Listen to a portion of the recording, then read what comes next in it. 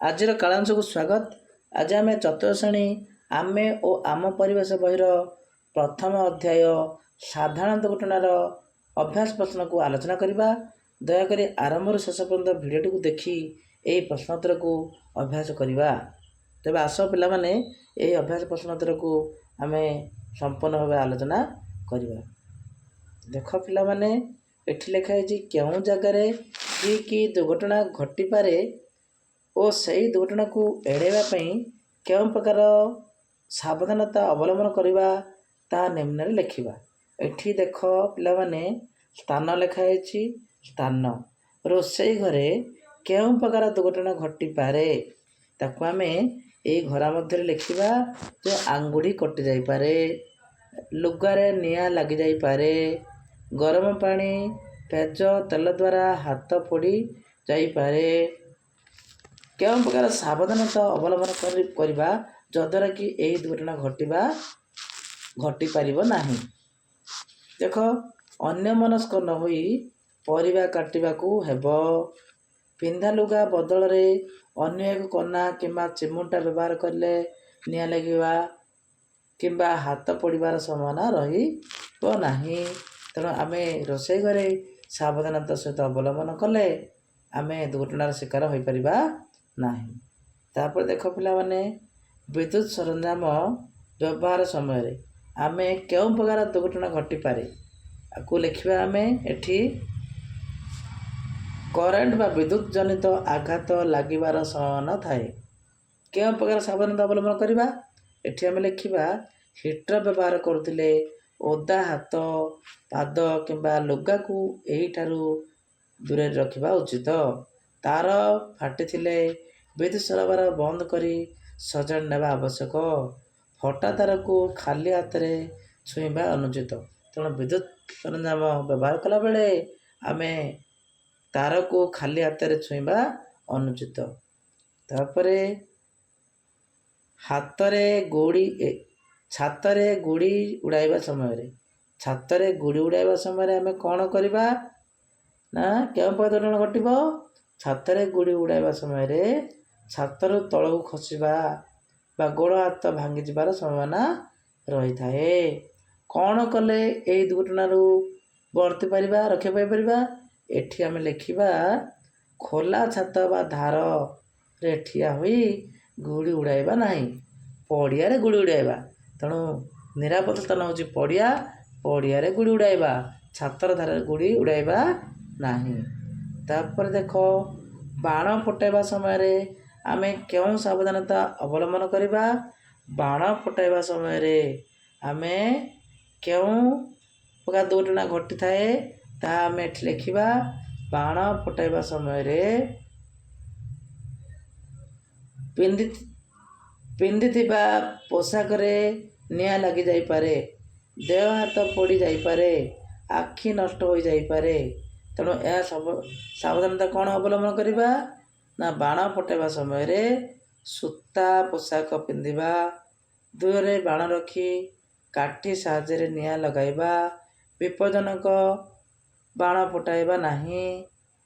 ତାହେଲେ ଆମେ ବାଣ ଫୁଟାଇବା ସମୟରେ ଏହିଭଳି ସାବଧାନତା ଅବଲମ୍ବନ କରିବା। ରାସ୍ତା ପାରି ହେବା ସମୟରେ ଆମେ କେଉଁ ପ୍ରକାର ଦୁର୍ଘଟଣା ଘଟିପାରେ ତାକୁ ଆମେ ଏଠି ଲେଖିବା। ଗାଡ଼ି ମଟର ଦ୍ୱାରା ଦୁର୍ଘଟଣା ସମ୍ଭାବନା ଥାଏ। ତେଣୁ ଏହି ସମୟରେ ଏହି ଦୁର୍ଘଟଣାରୁ ବଞ୍ଚିବା ପାଇଁ ଆମେ ରାସ୍ତା ପାରି ହେବା ସମୟରେ ଦୁଇ ପାର୍ଶ୍ୱକୁ ଦେଖି ଗାଡ଼ି ମଟର ଆସୁଛି କି ନାହିଁ ତାହା ଲକ୍ଷ୍ୟ କରି ରାସ୍ତା ପାରି ହେବା ଉଚିତ। ତାପରେ 2 ନମ୍ବର ପ୍ରଶ୍ନ, ଠିକ୍ ଉକ୍ତି ପାଖରେ ଠିକ୍ ଚିହ୍ନ, ଭୁଲ ଉକ୍ତି ପାଖରେ ଭୁଲ ଚିହ୍ନ ଦିଅ। ଏଠି ଲେଖାଯାଇଛି ସବୁଜ ବତୀ ଜଳିଲେ ରାସ୍ତା ପାର ହେବା। ଯଦି ଠିକ୍ ଆମେ ଠିକ୍ ଚିହ୍ନ ଦେବା, ଯଦି ଭୁଲ ଚିହ୍ନ ଦେବା। ଏହା ଉତ୍ତର ହେଉଛି ଠିକ୍, ତେଣୁ ଆମେ ଏଠି ଠିକ୍ ଚିହ୍ନ ଦେବା।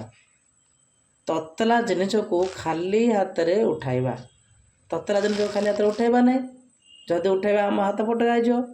ତତଲା ଜିନିଷକୁ ଖାଲି ହାତରେ ଉଠାଇବା ଏହା ଭୁଲ ଅଟେ, ତେଣୁ ଏଠି ଆମେ ଭୁଲ। ରାସ୍ତାରେ ସାଇକେଲ ଯିବା ବେଳେ ଦଳ ବାନ୍ଧି ଯିବା। ରାସ୍ତାରେ ଗଲାବେଳେ ଆମେ ଦଳ ବାନ୍ଧି ଯିବା ନାହିଁ, ଏଇଟା ଭୁଲ। ତେଣୁ ଆମେ ଛକି ଚିହ୍ନ ଦେବା। ତାପରେ ଦେଖ ଘ ନମ୍ବର ପ୍ରଶ୍ନ, ଶିଉଳି ଲାଗିଥିବା ବା ତେଲ ପଡ଼ିଥିବା ଚଟାଣ ଉପରେ ଯିବା ଆସିବା କରିବା, ଭୁଲ। ତେଣୁ ଏଠି ଆମେ ଛକି ଚିହ୍ନ ଦେବା। ତାପରେ ଦେଖ ଊ ନମ୍ବର ପ୍ରଶ୍ନ,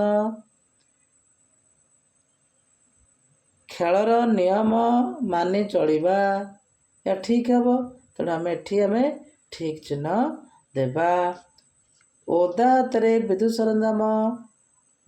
ସରଞ୍ଜାମର ସୁଇଚ୍ ନ ଚିପିବା, ଏହା ଠିକ୍। ତେଣୁ ଆମେ ଏଠି ଠିକ୍ ଚିହ୍ନ ଦେବା। ତାପରେ ଆମେ 3 ନମ୍ବର ପ୍ରଶ୍ନ କରିବା, ଆମେ ଅସାବଧାନତା ହେଲେ କ'ଣ ହେବ ତାହା ଆମେ ଏଠି ଲେଖିବା। ଦେଖ ପିଲାମାନେ, ଏଠି ଲେଖାଯାଇଛି କଇଁଚିରେ କାଗଜ ଅସାବଧାନ ହେଲେ କ'ଣ ହେବ।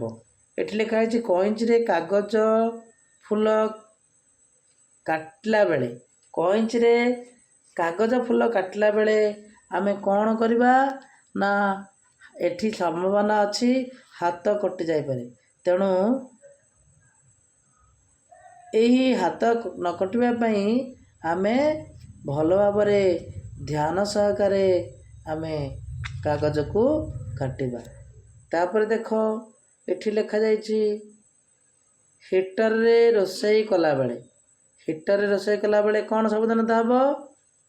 ଅସାବଧାନ ହେଲେ କ'ଣ ହେବ ନା ବିଦ୍ୟୁତ୍ ଆଘାତ ଲାଗିଯାଇପାରେ। ବିଦ୍ୟୁତ୍ ଆଘାତ ଲାଗିଯାଇପାରେ, ଏଠି ଆମେ ଲେଖିବା ବିଦ୍ୟୁତ୍ ଆଘାତ ଲାଗିଯାଇପାରେ। ତାପରେ ଦେଖ ଏଠି ଅସାବଧାନ ହେଲେ, ରାସ୍ତାରେ ଚାଲିଲା ବେଳେ ଅସାବଧାନ ହେଲେ କ'ଣ ହେବ? ଯାନବାହନ ସହ ଧକ୍କା ହୋଇଯିବ, ଯାନବାହନ ସହ ଧକ୍କା ହେବ। ତେଣୁ ଆମେ ସାବଧାନର ସହିତ ରାସ୍ତା ପାର ହେବା। ଏଠି ଲେଖାଯାଇଛି ପନିକିରେ କାଟିଲା ବେଳେ ଅସାବଧାନ ହେଲେ କ'ଣ ହେବ? ହାତ କଟି ଯାଇପାରେ, ଏଠି ଲେଖିବା ହାତ କଟି ଯାଇପାରେ। ତାପରେ ଦେଖ ବାଣ ଫୁଟାଇବା ବେଳେ ଅସାବଧାନ ହେଲେ କ'ଣ ହେବ? ବାଣ ଫୁଟାଇବା ବେଳେ ଲୁଗାପଟା ସହ ଦେହରେ ନିଆଁ ଲାଗିଯାଇପାରେ, ଏଠି ଆମେ ଲେଖିବା ଲୁଗାପଟା ସହିତ ଦେହରେ ନିଆଁ ଲାଗିଯାଇପାରେ। ତେଣୁ ଆମେ ସାବଧାନତା ହୋଇ ବାଣ ଫୁଟାଇବା। ଏଠି ଲେଖା ହେଇଛି ବସ୍ରେ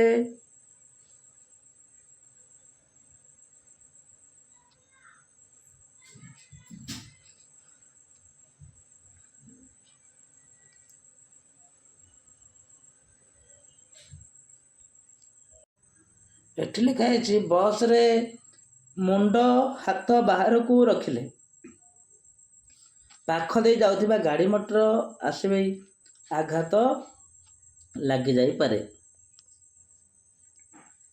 ବ୍ଲେଡ଼ରେ ପେନସିଲ ଚାଞ୍ଚିଲା ବେଳେ, ବ୍ଲେଡ଼ରେ ଆମେ ଯଦି ପେନସିଲ ଚାଞ୍ଚିବା ତାହେଲେ କ'ଣ ଦୁର୍ଘଟଣା ଘଟିପାରେ? ଆଙ୍ଗୁଠି କଟି ଯାଇପାରେ, ଏଠି ଆମେ ଲେଖିବା ଆଙ୍ଗୁଠି କଟି ଯାଇପାରେ। ଛୁଞ୍ଚି ସୂତାରେ ସିଲେଇ କଲାବେଳେ, ଛୁଞ୍ଚି ହାତରେ ଫୋଡ଼ି ହୋଇ ଯାଇପାରେ। ଏହିସବୁ ପ୍ରଶ୍ନର ଉତ୍ତରକୁ ଆମେ ନିଜ ଖାତାରେ ଲେଖିବା, ସୁନ୍ଦର ଭାବରେ ଲେଖିବା ଏବଂ ଅଭ୍ୟାସ କରିବା।